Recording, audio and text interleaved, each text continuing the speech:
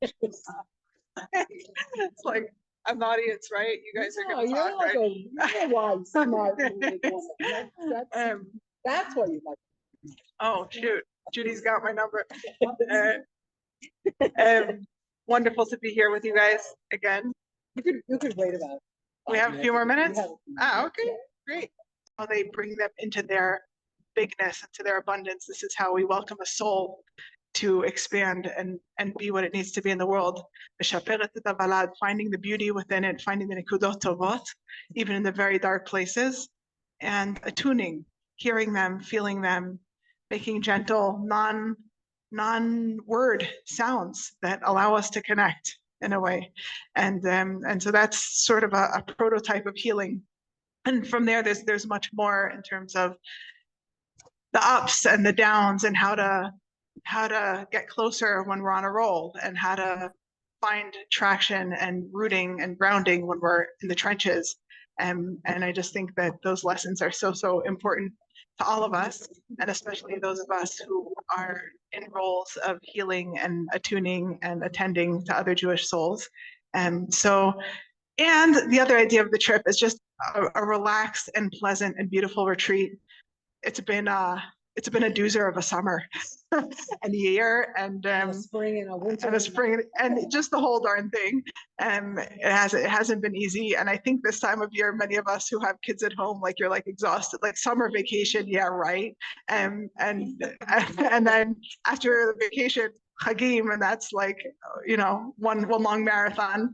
And so we really arranged this trip to be at a leisurely pace in a very nice hotel with really good food and time to leisurely wander around Gan Sofia and enjoy, hopefully, if the weather allows, rowboating on a lake where there's like never anyone but ducks, and just having some really nice time for hisbodedus and prayer and connection.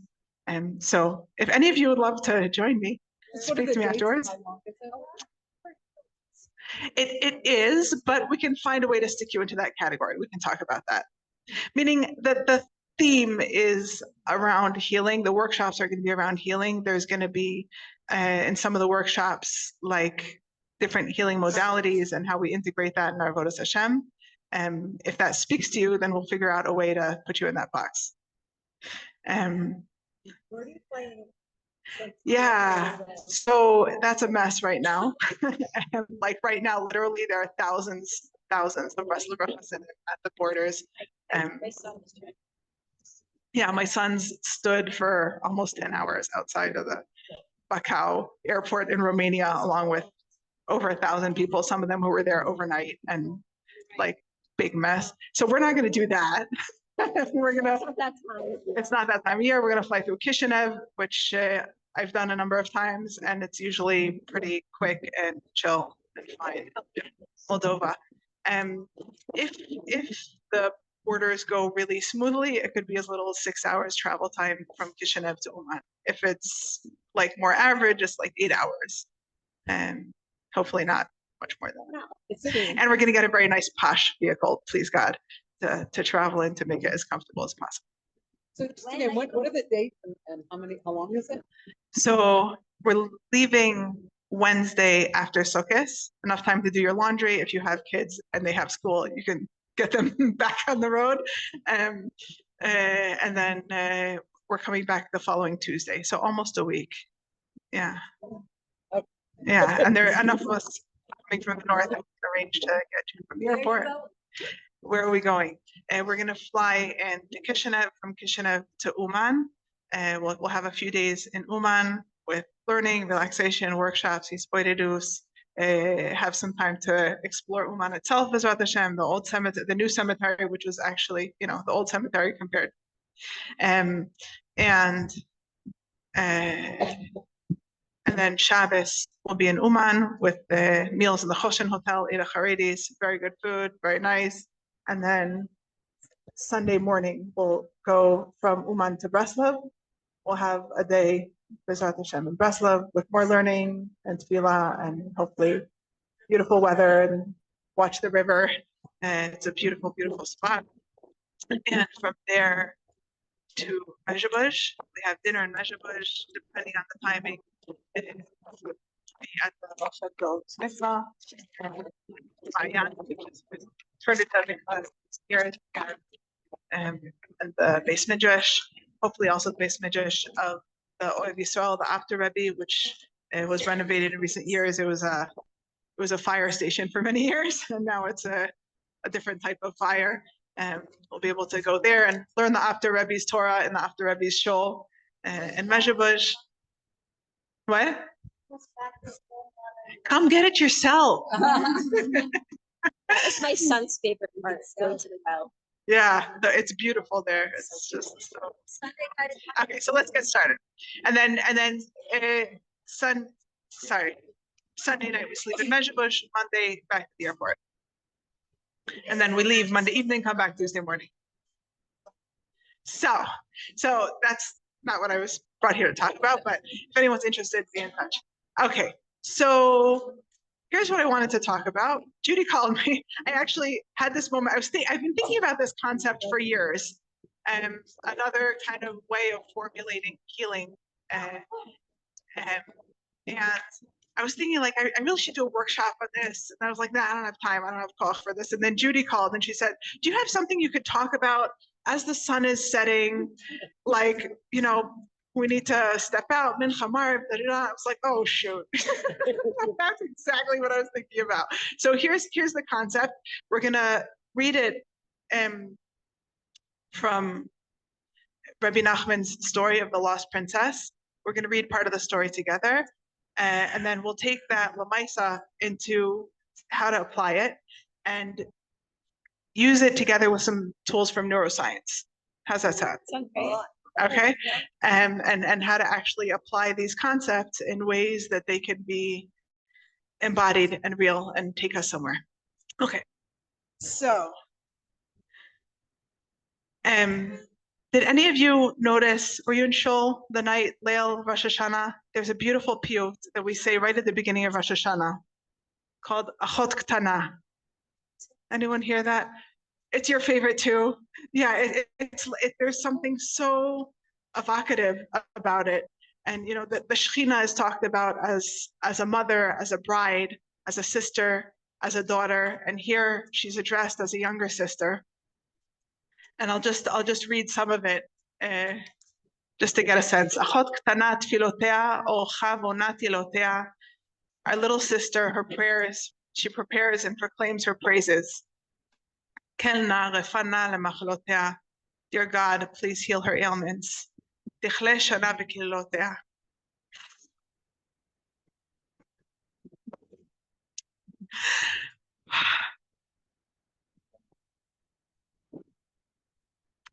May the year and its curses end.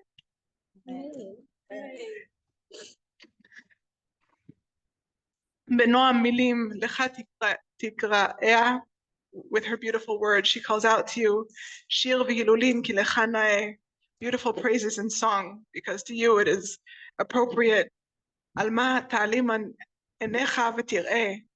Don't hide your eyes any longer and see. Zarim ochlim nachalotea. Strangers are burning up her fields. Tichle shana v'hilulotea.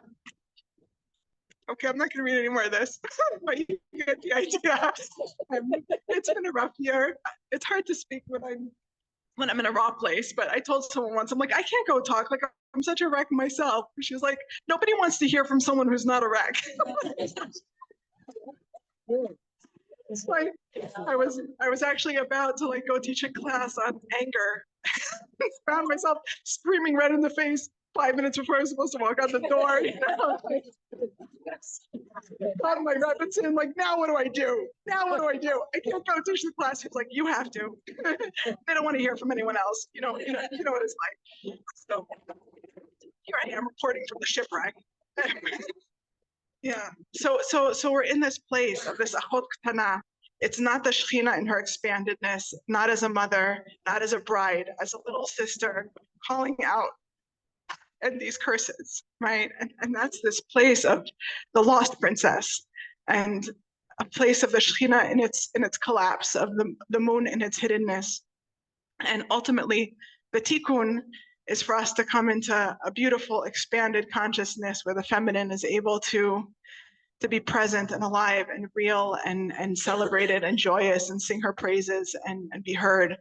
And that's where we're trying to get to. So gosh, how do we do that? Any ideas? Sing. Yes. Singing is a wonderful way to do that. Dancing is a wonderful way to do that. Getting Jewish women together to learn. Punching a punching bag. Sure, empowerment, absolutely. Clay. So there's so many ways. There's so many ways to bring it down. And Rabbi Nachman gives us actually many hints of ways that we can do this in the story of the lost princess. So I'm just gonna read you the story. It's an old translation. Who translated? Is it from the Rebbe too? I think so. Yeah. It's a pretty old translation, but I didn't want to take the time to read it in Hebrew and English, so I'll try and update it as we go a little bit. Okay. To many of you, it's familiar. To those of you, Rabbi Nachman said once he was on a journey and he told this story, and anyone who heard the story, it was impossible to hear the story and not have the hearer of tshuva, not have an awakening to want to come closer to Hashem. So even if you've heard it before, there's a benefit always in hearing it again. And we're not going to read the whole story, but enough to get some concepts and ideas. Okay. Once there was a king. The king had 6 sons and 1 daughter. The daughter he held in high esteem. He loved her very much and spent much time with her. One day, while in her company, he got angry with her. So a word escaped him, "May the evil one take you away." At night, she went into her room. In the morning, no one knew where she was. The father, the king, was very unhappy indeed, and he went to look for her everywhere. Then the prime minister stood up because he saw the king so terribly unhappy, and he asked to be given a servant and a horse and money for expenses, and he went to search for her. And now he relates how he sought her until he found her. He traveled a long time in deserts, in fields, and in forests, and searched for her for a long time, a very long time. He went into a desert, and he noticed a pathway on one side. So he decided, since I've traveled such a long time in the desert and cannot find her, let me follow this path. Perhaps I'll reach some settlement. So he walked a long time, and he saw a castle with many soldiers standing around it. The castle was very beautiful, and the soldiers stood around it in fine order. He was afraid of the soldiers. Perhaps they wouldn't let him in. So he decided, I shall try. And he left the horse and he walked to the castle. He was allowed in and not bothered in any way. He went from one room to another and was not prevented. Thus he came to a palace. He saw a king in his throne with a crown and many soldiers standing around him. Many were playing on instruments before him. It was all very beautiful. Neither the king nor anyone else asked him any questions. He saw their tasty food, and he went in and ate and lay down in a corner to see what would happen. He saw the king order the queen to be brought in. Servants went to bring her, and there was a great clamor and great rejoicing, and the musicians played and sang as the queen was brought in. A chair was placed for her, and she was seated next to him. This was the princess. And he saw her, and he recognized her. The queen looked around and noticed someone like her.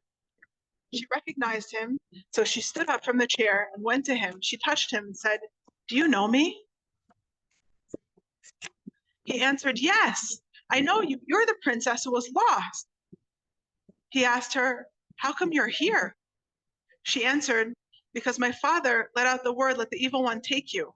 And here is the place of evil." So he told her that her father was very unhappy and had been seeking her for many years. And he asked her, "How can I get you out of here?"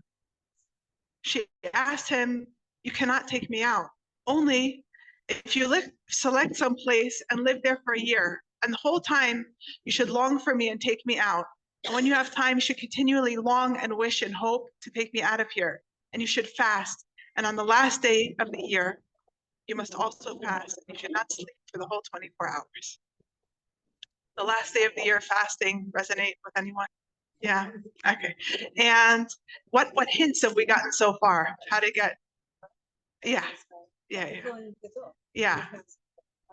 Yom Kippur as the one day that has the capacity to fix everything, right? If we're able to tune in to the energy of the day and achieve what it offers us. It has it's above time, has the capacity to fix anything, right? Not sleep. Hmm.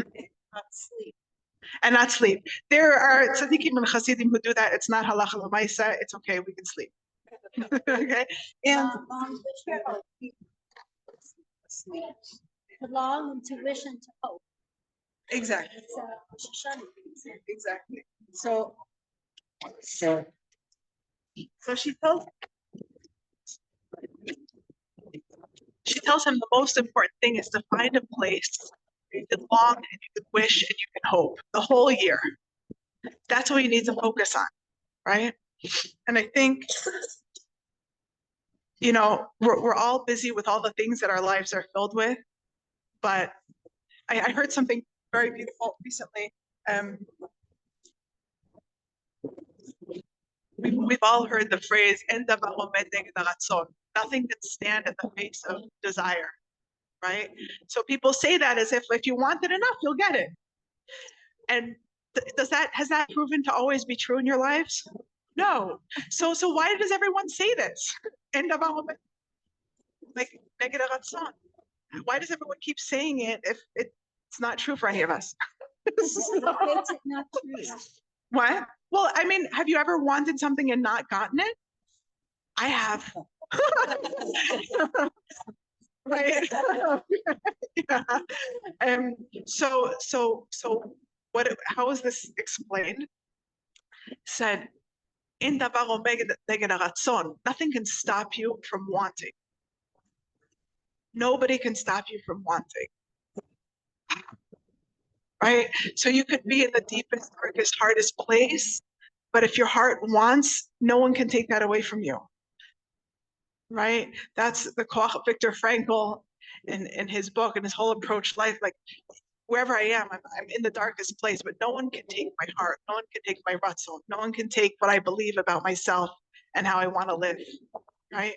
So that koach of ratzon, the yearning, the wanting, the longing, the hoping, no one can take that from us. And that's such a koach of bringing the Shekhinah to her place. So as you're getting up in the morning and davening or not davening, making sandwiches, having your coffee, answering your emails, nobody can stop you from wanting Geula. Nobody can stop you from hoping for Mashiach. No one can stop you from wanting to bring Kedusha in the world. Even if you're busy after work, make a parnasa, take care of your kids, clean the house, whatever you need to do, no one can stop your heart from wanting what it wants. And that's what she tells him, find a place where you can keep wanting, right? Okay.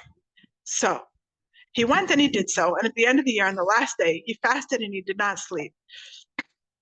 Then he rose and went there to the princess to take her out. He was on the way to go get her. Dun, dun, dun, dun. And then he saw a tree where beautiful apples were growing. He felt very eager and he went down and ate of them. Immediately upon eating the apple, he fell down and lapsed into a deep slumber and slept for a very long time. His servant tried very hard but could not wake him. Then he awoke from his sleep and he asked his servant, "Where in the world am I?" I think that's another hint, right? We're gonna fall. Everyone falls. That's part of the prototype. Like there's no way out of that. We all fall. When you first start waking up, there's this moment of like, right? And then what do we do? Like reach for your phone, right? See what the WhatsApp. No, go eat something, right? Like what do you do when you first start waking up?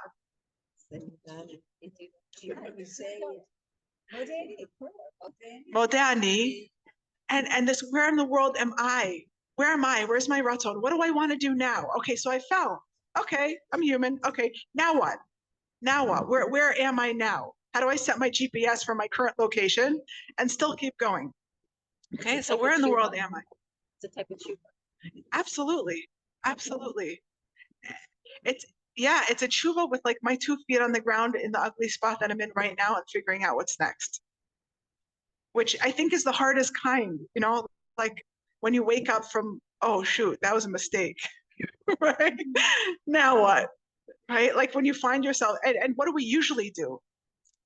Come on, Kind of way to beat ourselves up. Yes. Tell you how terrible I am. Exactly. And then after you beat yourself up, what do you do next? Beat yourself up more. You yell at your kids. Yell at your kids. What did you say? Eat something else. Eat somebody else up. Chocolate. No. We've got A, B, apple, beat someone up, chocolate, D, anyone? And despair. Don't forget the cake. The what? The cake. The cake. Okay. Or we can stop and say, where in the world am I? Where in the world am I? Okay, so right now I'm here. This is something I heard in your name 25, 30 years ago, okay? And someone said to me, when you're starting to do, she said, Shalvi, I'm gonna give you a tip. When you're starting to do tshuva, you can't do everything. It's not possible. So what do? Let's say, we'll take an extreme example. You want to keep Shabbos and you also want to smoke on Shabbos, right? So like you can keep Shabbos for an hour, for 2 hours, for 3 hours. When you're first like, whatever, a smoker trying to keep Shabbos, Friday morning, but after the cholent, like there's nothing to talk about, right? So she said, like, if a person was in that state and they're going to go smoke a cigarette after the cholent, what they should do is say, Hashem, I know that you want me to keep Shabbos. And I also want to keep Shabbos, but right now this is where I'm holding and I don't want to turn away. I don't want to turn away. I want to be here in this messy place that I'm in and not ignore it and not pretend it's not happening. Like I'm owning it. And I hope that I'll get there, but right now I'm here, right? There's something about, because what happens if we don't do that? We go to cognitive dissonance. We go to a place of like, ooh, like I'm doing something that doesn't feel good. And then what does cognitive dissonance take us to? Oh, it's fine. It's not a big deal. Hashem doesn't really care, right? Like we can't hold that I'm doing something that I don't feel aligned with in my values. We can't, our human minds can't hold that. So what do? We usually dismiss our values. That's usually what we do, right? But if we can hold this space of where in the world am I? Where am I? This is where I am now. I'm in a place where I'm speaking Lashon Hara and I know it's wrong, but that's where I am right now. And where I want to be is somewhere else. So I'm going to own that this is where I am. Where am I? This is where I am. Where do I want to go? I want to go over there. I'm still on a path. Okay. So he says, where in the world am I? So the servant told him the whole story. You've been sleeping for a very long time, for many years, and I maintained myself with these fruits. So he was very miserable, and he went and found her, the princess. She complained to him and was very unhappy, right? So we have this relationship with the Shekhinah. We're trying to get to her, she's trying to get to us, and we're both, whiny kvetches. Because of one day you lost, because you cannot restrain yourself one single day and you ate that apple. Therefore, you've lost. And you had to come on that day. If you had come on that day, you would have taken me out. Admittedly, not to eat is very difficult, especially on the last day. For then the evil one waxes strong. Therefore, you should again select a place and again stay there for a year. And on the last day, you may eat, but you must not sleep. And you shouldn't drink any wine, so that the wine won't make you sleep, because the most important thing is not to sleep. Don't fall asleep. He went and he did so. On the last day, he went there. He saw a running brook. The color of the brook was red, and it smelled like wine. So I said to the servant, have you noticed that this is a brook? Look, it should be water, right? And the appearance is red, and it smells like wine. And he went, and he tasted it. And he immediately fell down and slept many years, 70 years. Okay, he had that cognitive dissonance moment. It should be water. It looks like wine, right? So like, if we can, we should just keep walking. Just keep walking, right? Sometimes we can't. There was only one taste. He only tasted it. It was just a taste. It's just a taste. This is how people get addicted to bad stuff, There are certain things, I don't need to mention them for you to know that 30 seconds. Yeah. Porno. Tiny tastes can do messed up addictive things to the brain. Yeah. So keep walking. So he slept for 70 years. There marched past many soldiers with all of their accompaniment, and the servant hid himself from the soldiers. Then followed a chariot, and in it sat the princess. She stopped near him and descended. She sat near him. She recognized him. She tried hard to wake him up, but he would not awaken. She started weeping over him. After so much effort, after so much striving and hardship, after so many years that you troubled yourself and toiled so long in order to take me out, and for this, all the sake for one day that you could have taken me out, and you lost it all. And she wept bitterly. She said, it is a great pity for you and for me. I've been here for such a long time, and I cannot get out. Then she took a kerchief off her head, and she wrote on it with her tears and placed it next to him. She stood up and seated herself in the chariot, and she rode away. Later he awoke and he asked the servant, where in the world am I?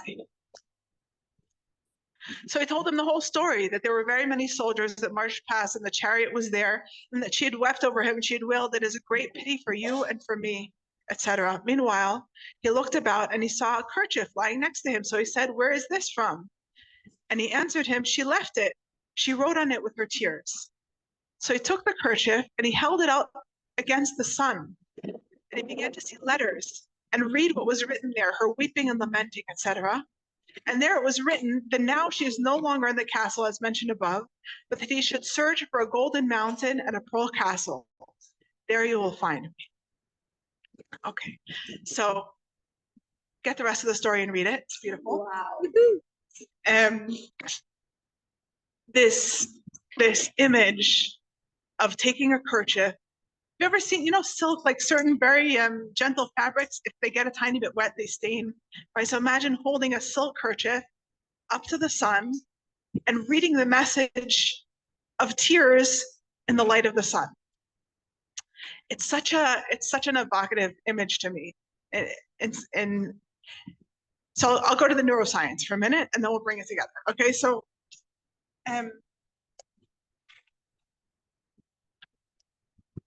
I don't want to just talk about it, I want you to feel it, okay? So it's been a hard year, but in this hard year, there have been some really beautiful moments. And there's nothing like tzuris to bring out the best in Am Yisrael, right? Volunteering and chesed and Sirens nefesh, like our generation has never seen. Amazing things. What? What? Nasrallah getting killed. Nasrallah getting killed. Yes. Many moments of connection, of inspiration. And personally, I felt like last year after the Hagim, you know how like in a normal year, whatever that is, if anyone remembers such a thing, it's like Rosh Hashanah, and then Yom Kippur, and then Sukkot, and then you get out of Sukkot, and you've got this huge mountain of laundry, and you've got leftovers, and you've got like organize the kitchen and organize the closets with the winter stuff, and do all that laundry, and then there's like after Yom Tif, after Sukkot, and then we from there we like go into this thing called routine. Remember that? Right? So like we didn't have after the Chagim last year. It was just like, it just didn't happen. So we did the laundry, but then it was still like, when does the routine start? When do things get normal? Right? And along with like not having kids and no kids back in school. Yeah, like the whole thing went wonky. But along with that, I really felt like there's like this debate, like there's this light that you feel sitting in the sukkah. There's a special feeling Yom Kippur, Ila. There's an inspiration. There's a closeness to Hashem, Shivti B'Beit Hashem, that we feel from Elul until after Shmini Atzeret. That also didn't feel like it really went away. Like for those of us who are still looking and wanting to access it, every time we hear the sirens go off, we hear the missiles overhead, it's like Hashem saying, I'm right here, I'm watching you, I'm protecting you, I love you. Like that same kind of immediacy and closeness was still available to us. So I want you each to think of a moment of closeness, of immediacy, of sunshine, of devekus, of inspiration, of Mesiras Nefesh, of feeling your soul in its expansion, like taking the invitation of Hashem saying, "Oh God, let's see what you got," and like showing up, feeling it, whether it's gratitude, connection, inspiration. I'm going to be quiet for a minute. I want you each to think of a moment, and it could really be anything. It could be with friends, it could be learning, it could be praying, it could be in nature. I mean, sometimes just watching the rockets, for those of you who've been doing that, right? So see if you can find a moment where you just feel that soul expansion.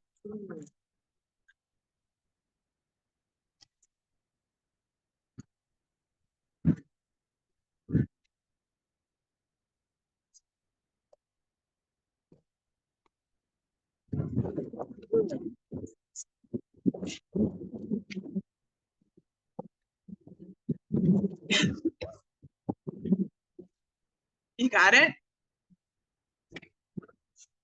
No?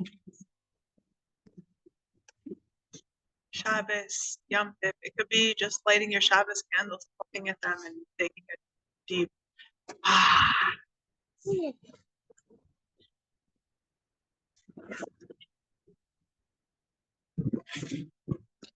Who's got one that they want to share?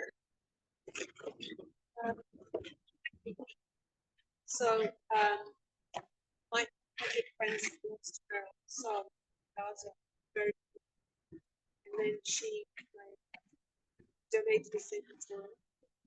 And then it's raining. I don't know if so she to me. And we went to the cinema with the same time. It was not to it was really beautiful. And there was this moment with all the women upstairs, like holding each other. And then the men were downstairs doing the same thing. And then they just screamed. I don't know what it was like. This scream, just like, man, I'm here. Just it's like, it's the first time I'd ever felt like the biggest connection. Like I've never experienced like such a. It was like, oh, just feel like that in my life. And it was like this unbelievable. I'll never forget it. Yeah. It was almost like, I don't know, I can't even explain it to you. Okay, so don't, but I want you to close your eyes and tune into that moment for a Yeah, second, like you're it's right here, there. it's here, Exactly. it's You're here. pointing to your heart. That's what I wanted. Okay. Yeah. Can you feel it in your heart? Yeah. How big is your heart in that moment? It's emotion. It's a massive, right? It's like there's this light that's coming into you and through you, and you're a Yeah. part of it, and you're still you, but you're It's like beyond. yeah. Okay, so just hold that for a moment. Okay. Is anyone nodding and feeling it along with her? Yeah. Anyone have another moment you want to share? Give me yeah. So, 14, and then it was also pretty good. So that's what we did. Weeks, you know, what's up?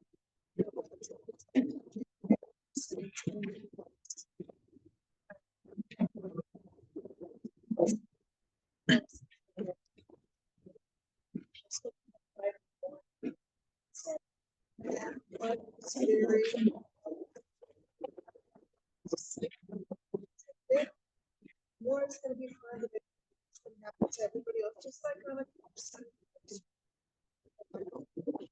Anyway, was kind of expecting the potential. And all of a sudden, where we are outside of Jerusalem in Toastone, we heard all the planes going on overhead and really close, really loud. And I walked out of my Muknesset. My Muknesset is very high, it overlooks huge line. It's a very huge view. And all of a sudden,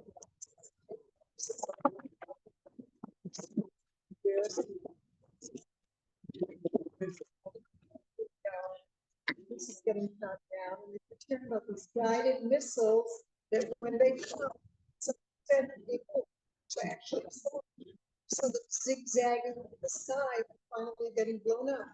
And then I didn't think it really started yet because they said 5 a.m. So it's like quarter to 2 or something. And then I heard that was it. It was over. And no one was hit and nobody was killed. And let's just say I was not better than that. I was not built for a miracle. I was on the earth many decades and I learned about really and I was sitting just on the other side. I took my two granddaughters last night. We had to move out of there, save them because their brothers were back to Vermont and they're both well educated. And I said to them, do you know how lucky you girls are? You're little children. And you're already living in a time of miracles. I had to wait to be set to see a miracle. And I just but that was such a feeling to be so. Yeah. Okay, and I'm just noticing your body language as you do that. Do that again. Yeah. Ooh, do you see that? Every time I go on my I look and see it again. I see it again. Yeah. Okay, and it's that same heart expansion that happens, and there's a clarity of thought, and it just feels like you can see, like there's an expansion, right? So I want you all to tune into your moment if you have one. If not, we can borrow from our sisters here and just let yourself feel in your body, your heart, your chest, your breath, your mind. Feel the breadth and the depth and the bigness of it inside.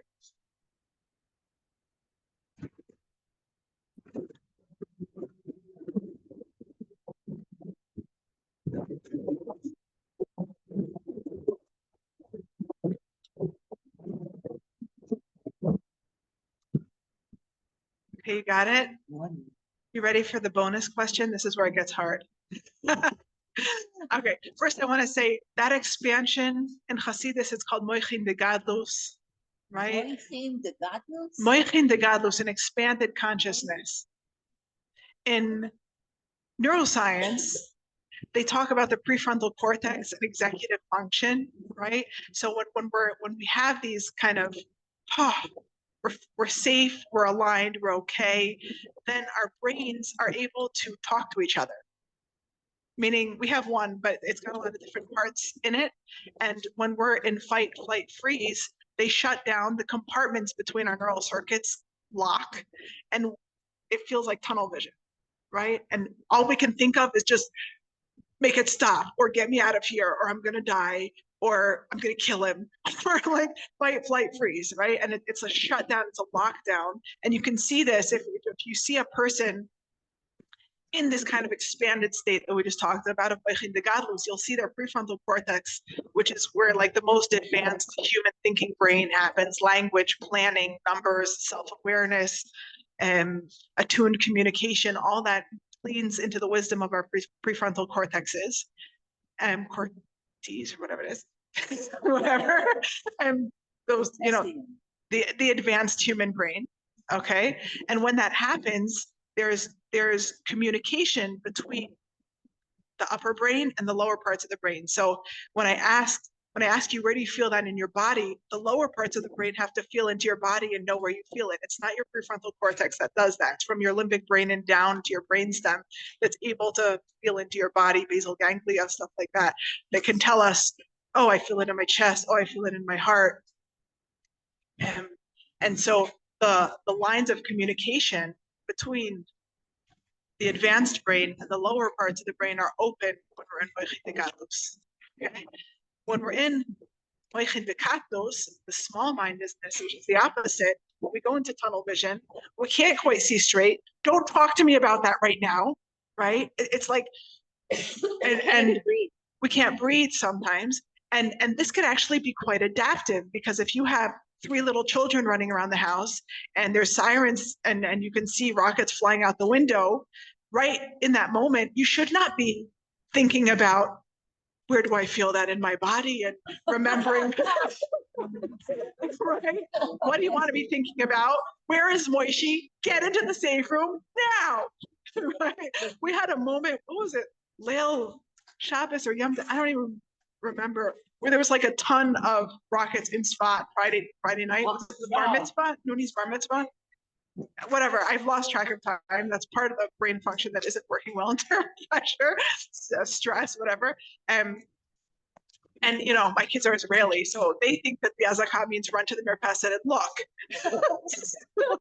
I've been trying to train them, but what? So sometimes they do, and if the booms come first before a siren, so sometimes I let them, because it could just be Meron or Dalton, and it's like very cool to watch it, right? But then all of a sudden, you know, they're out on their mirpaset like, wow, you know, and then I come out and I was like, it's like right there, and then the siren goes on. I'm like, get inside, right? Screaming at the top of my lungs. And I'm just like,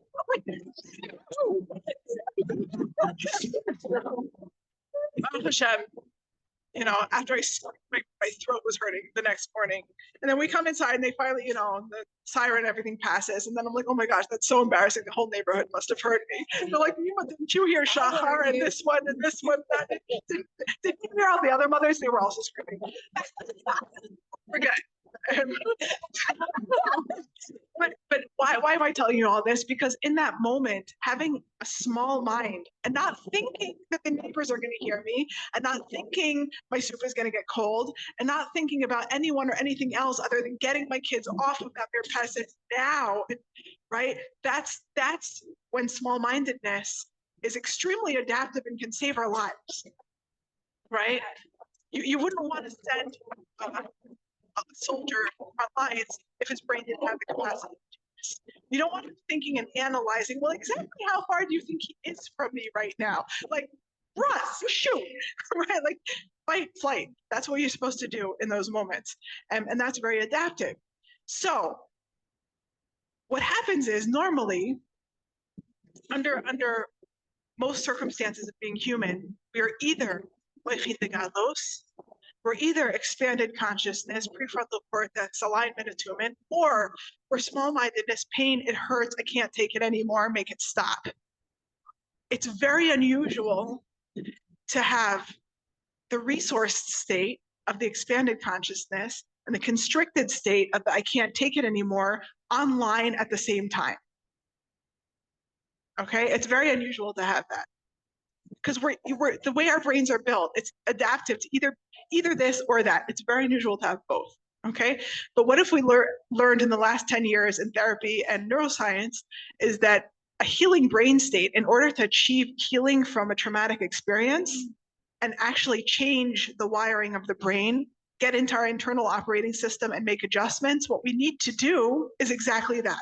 We need to have enough activation, distress, and enough regulation, attunement, alignment, expanded consciousness at the same time, and then hold the experience together, and then shifts can happen. If we have too much expanded consciousness and we're not holding the trauma state, then we can't touch it to fix it. If we have too much trauma state and we don't have expanded consciousness, then we're too freaked out and our brains are going to say, I need to fight, flight, freeze right now. I can't listen to your whatever and try and change my operating system. That's too calorically expensive for me to do when I'm under threat. So we have to have this perfect alignment of both. And so when I was thinking about that, in terms of like, that's what we do with EMDR, with IFS, with many of these somatic healing, a lot of these trauma healing modalities are finding ways of getting enough activation, enough regulation together. And I remember this story, and this is what we're doing. We're holding tears to the sun. We're holding tears to the sun. And that's how we find the princess. That's how we heal. When we can hold our tears, when we can take our brokenness, we can take all the places where we can't take it anymore. And we bring that up to the sun. Hashem, you're the one who makes those miracles. I saw it. I saw it. Oh, nice. I know. I know. Expanded heart, my deep breath, my feet on the ground. I know.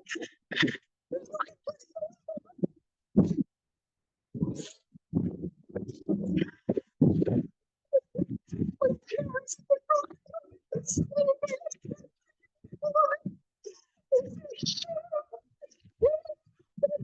Okay. The sun would see my shadows. Heal me now. Heal me now. Anashem. Anashem. Rafana la Hashem. Heal me now. Heal me now. Achot Ktana, our little sister, she wants to come into our bigness. Kumi Uri Shir Daberi. Take us out of the dust, lift us up, bring us into our gadlus. Right? So let's take a moment and do this together. And we're going to tune in just like we did in a moment of expansion. I want us each to find a moment of constriction, of I can't take it anymore, of I think we're all going to die and I don't even care. Or whatever it was, just take these kids somewhere. Right? That moment of total constriction where you can't feel your breath, you can't feel your feet, you don't know where you are, you don't care. Just, right? And find a moment. Find a moment. And I know we've all had them this year, right? And just notice what happens in your mind. We go into that tunnel vision. Your breath gets a little shallower. We feel a little bit further from our resources. Can you feel it? Just take a moment and just invite it into your body. It's okay. We're going to do this together and we're all going to come out of it together, but you can let yourself feel it. That constriction, the fear, the collapse. Okay? And I want you to imagine lifting it up and holding it up to the sun. And I'm running a little bit behind time, but that's okay. Imagine lifting it up to the sun and holding the expanded consciousness of Hashem. I know, I see you do miracles. There's achdus. We're in this together like we've never been before. Whew. And holding both. And you can imagine holding one in one hand and holding one in the other hand. In this moment, I am so broken. I've never been this broken. And in this moment, I am so connected. I've never been disconnected. And I'm lifting up my brokenness to you.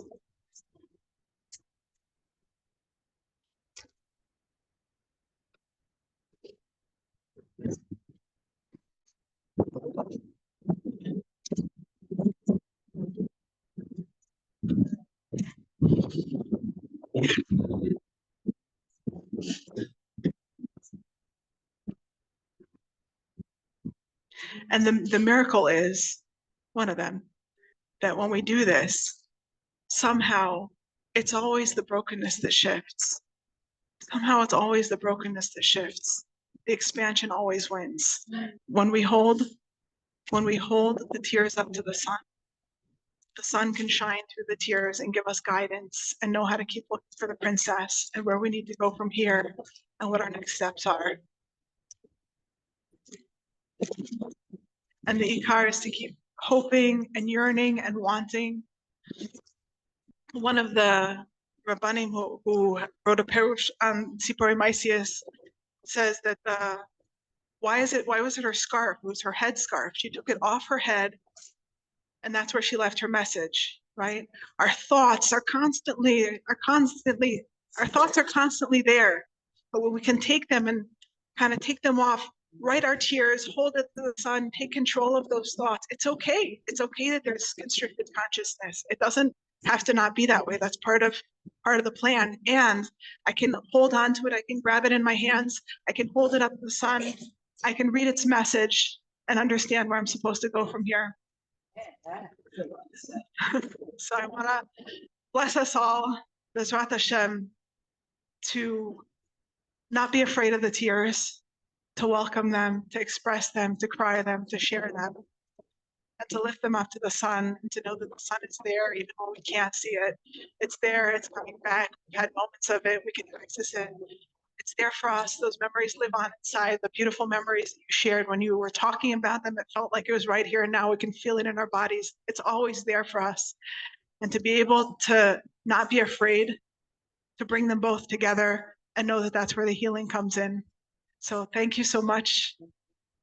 And Shana Abba Yerushalayim Abnuya. Johnny, you have another 5 minutes before the question. Yeah. Yeah. I saw a movie yesterday that they are sending rockets to Israel, but one miraculously did a U-turn, came back and hit them. I don't know who saw it. Yes, and they hit their people and caused 5 Sirens.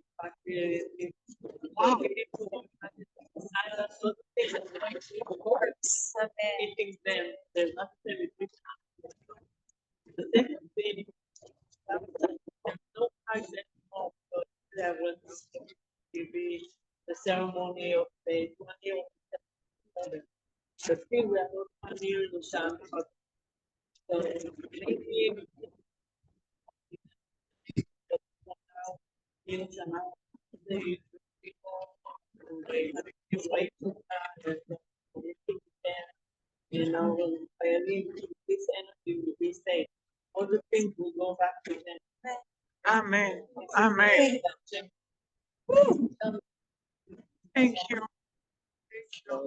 a gift it is to be sitting here and listening to these amazing words coming out of each of you.